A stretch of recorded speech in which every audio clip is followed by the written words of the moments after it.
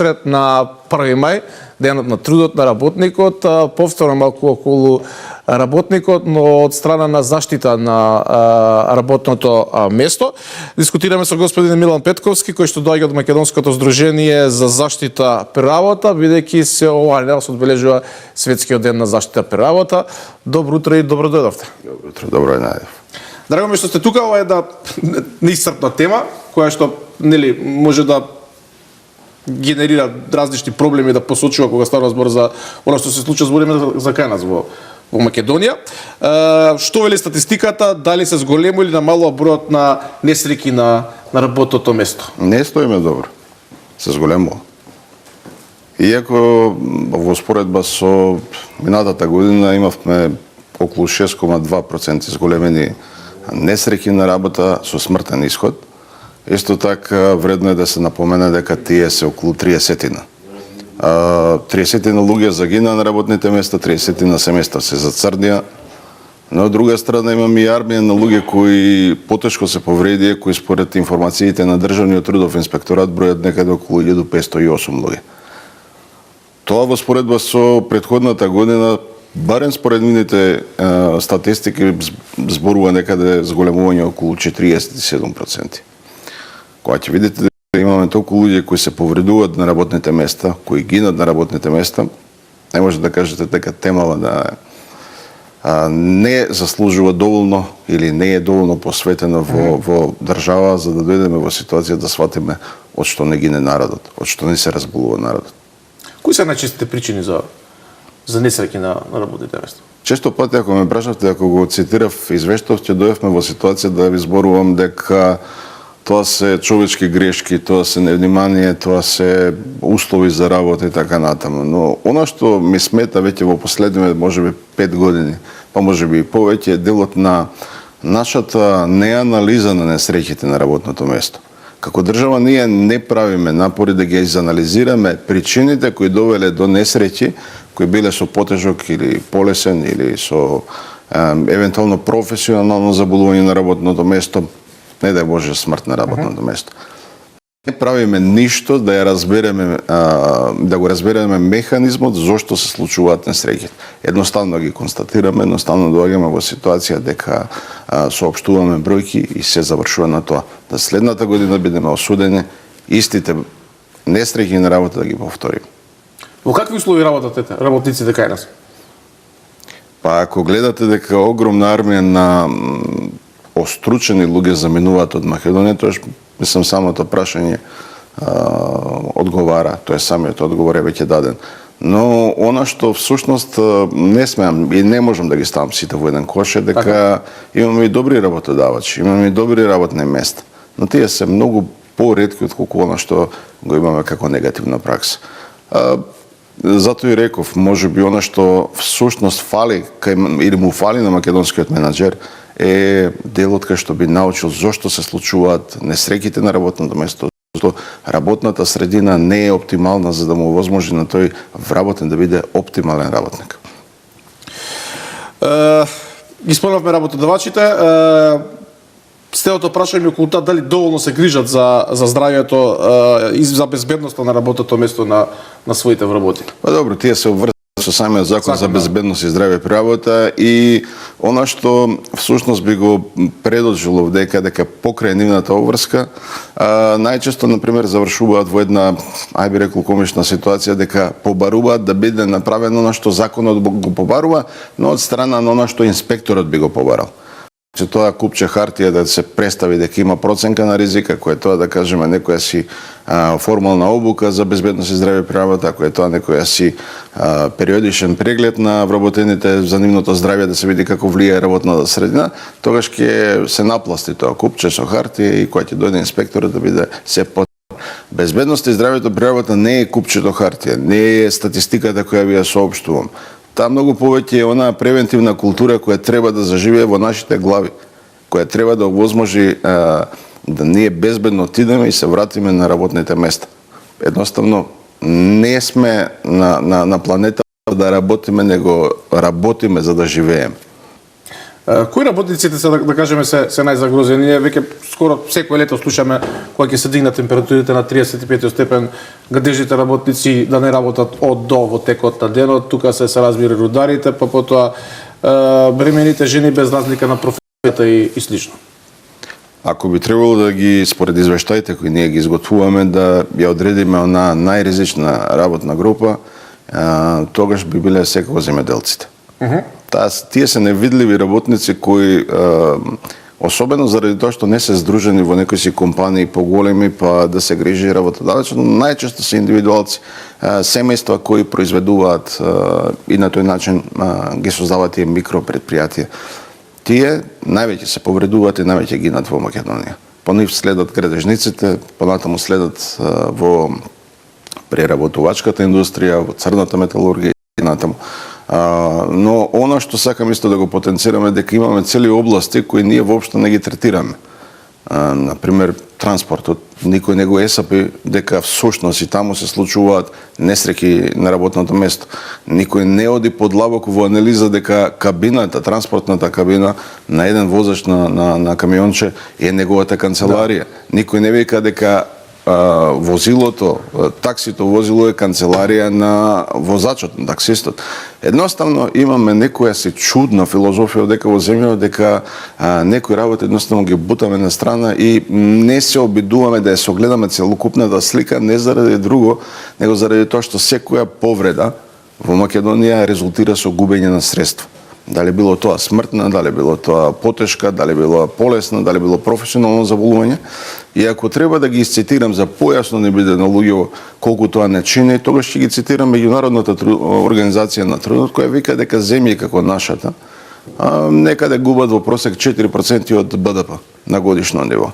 Ако си го преведеме тоа во пари за да го разбереме, тоа се некаде околу 420 милиони евра годишно, колку што ние губиме на компензации, на застој во производство, на заменски работници, на судски трошоци, на инспекцијски надзори и така натаму. И можеби ова би одговорило и на непоставеното прашање зошто сме таму каде што сме. Зошто сме тогаш толку ноншалантни ако таа цена не чити годишто, ние се не сме држава која кузне колку богата да се пофалиме за тоа. Толку сме институционално да кажам неспособни да го спроведеме се до тоа. Долго време си го поставам прашање зошто немаме, да кажеме, дури ние како професионална невладина организација од 2007 година публикуваме извештај, не заради тоа што извештај треба да биде национален извештај, него затоа што сакаме да ги потнеме државните структури да почнат со единствен извештај да го пласираат и да го анализираат и од таму да учат. Можеби се тоа доаѓа до уште еден фрапантен податок, а тоа е дека немањето одговорност секогаш носи вакви ситуации. Кога немате и кога сме сите одговорни, тогаш никој не е одговорен. Кога немате одговорност, тогаш имате оваа ситуација. Јас едноставно не можам да разберам како надлежните институции кои ги зимаат нашите пари, преку даноци ги плаќаме, нивните плати доаѓаат во ситуација да секој месец направи зимаат плати. Доаѓаме во ситуација дека тие едноставно не се одработуваат работата. Јас барам граѓанин, професионалец од оваа област, да дојдам во ситуација да разберам како да ги превенирам несреќите на работното место. Затоа и 28 го споменавте како Светски ден за безбедност и здравје при работа, МЗПР или Македонското здружение за заштита при работа, која го одбележува 2000 година, дури 3 години пред меѓународната организација на трудот. Се обидуваме на секој начин да дојдеме во ситуација на нашите големци, нашите умни глави да им предочиме дека имаме проблем. Проблемот настанува во тоа што тие имаат глува соба. Не разбираат, не сакаат да не разберат. Ето, тоа е тоа. Тоа е корелација самата ваше здружение со институциите, со влада, така? Па не знам како да го толкуваме тоа корелација или не корелација, неедноставно. Или соработка, не соработка. Неедноставно доаѓаме во ситуација да им предочуваме, да си одработуваме нашата професионална или да му одговараме на нашиот професионален посол. На друга страна, ако имаме или немаме соговорник од другата страна, институции кои би требало да се справуваат со овие проблеми, тогаш тоа е исто како да зборувате во празно. Си правите монолог. Па најчесто е така.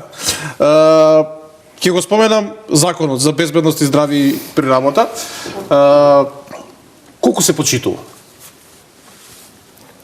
Ајде вака да говориме за тоа дека имаме европски закон кој е буквално транспонирано, препишано, за тоа сме добри, препишуваме добро. Добро. Европска легитива 89391, тоа е рамкова директива за безбедност и здраве при работа. Тој самиот по себе овозможува една солидна рамка за како да се постави, како да функционира, како да се применува, или пред се како да се креира тоа безбедно и здраво работно место.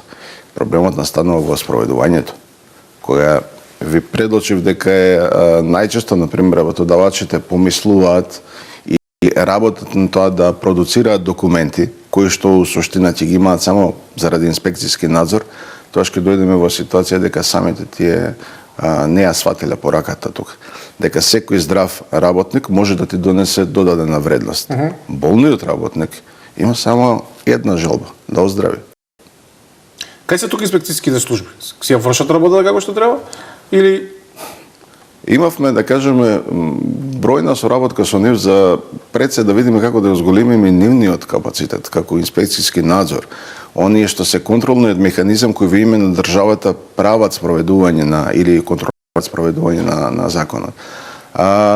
И тие, можеби ако зборував порано, ти речев да, кај нив е вината, има вакви, онакви, да кажеме, проблеми и така. Многу повеќе мислам дека рефлексија на целокупната состојба во државата, целокупното обкружување во кое се наоѓа државата, дури и нив не ги става во некоја погодна ситуација која ќе слушнете од инспектор дека не може на одредени места да отиде да направи инспекцијски надзор, која ќе слушнете дека кога ќе оди дури на градилиште го бркаат заради тоа што не се чувствува безбеден, каде потврламе? не може или не сме? Како сакате толкувате, едноставно не е завршена работата. И тоа си седи така. Па, знаете, кога доаѓаме да говориме за тоа дали се седи или не се седи, јас би ги предлочил бројките. Ако ние имаме 30 смртни случаи, имаме 1508 евидентирани официјално потешки повреди, и ако ви презентирам дека имаме 420 милиони и секоја година загуба заради последици на евра, заради последици на несреќите на работното место, доволно е да се види, да се разбере дека системски имаме проблем. А проблемот јас го наоѓам прво во индивидуалната одговорност. Да. Како да се зголемите свеста за почитување на безбедностните мерки кај сите чинители?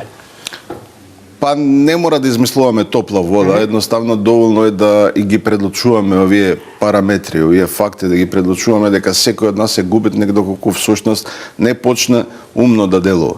Ако не почне, кажеме, да целокупниот работен процес го гледа од една друга призма, а не е тоа само да некого искористиме, да дојдеме и поевтино да продадеме. Едноставно, ако целокупниот работен процес го перцепираме во насока на тоа дека имаме две страни, тоа е работодавачот, кој всушност е менаџерот, кој го пласира производот, каков и да е, услуга, производ и така натаму, и оној кој ја создава додадената вредност. И всушност тука ја направиме таа првична нивна интеракција, да сватат дека всушност едни со други потребно е да имаат симбиотичка врска, отколку да имаат опозициони страни, тоа можеби ќе направиме еден исчекор напред. Втора работа е најчесто што го зборувам, ни треба многу поголема образовна програма за менаџерите, за оние кои работат со фабриките.